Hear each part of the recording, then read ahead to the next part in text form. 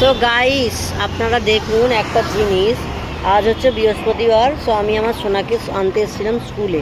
একটু ঝ্যাপঝ্যাপ করছে না গ্লাসটা। তো যেটা বলার জন্য আমি এখন স্কুল থেকে বেরিয়ে স্কুলের বাইরেই দাঁড়িয়ে আছি এরকম পানিপুরি স্টলে এখনো।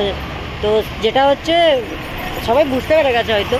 দেখো, আমি ওই ইয়েলো আর এই যে আজকাল স্কুলের ডেটাও ইয়েলো, আরও অনেকেই পড়েছিল, সব ম্যাচই হয়ে গেছে ইয়েলো ইয়েলো, মানে হলুদ হলুদ হলুদ হলুদ হলুদ। সো আমাদের এখন সেওপুরি খেতে ইচ্ছে হয়েছে মামের, তাই সেওপুরি কিনে বাড়ি যাবো।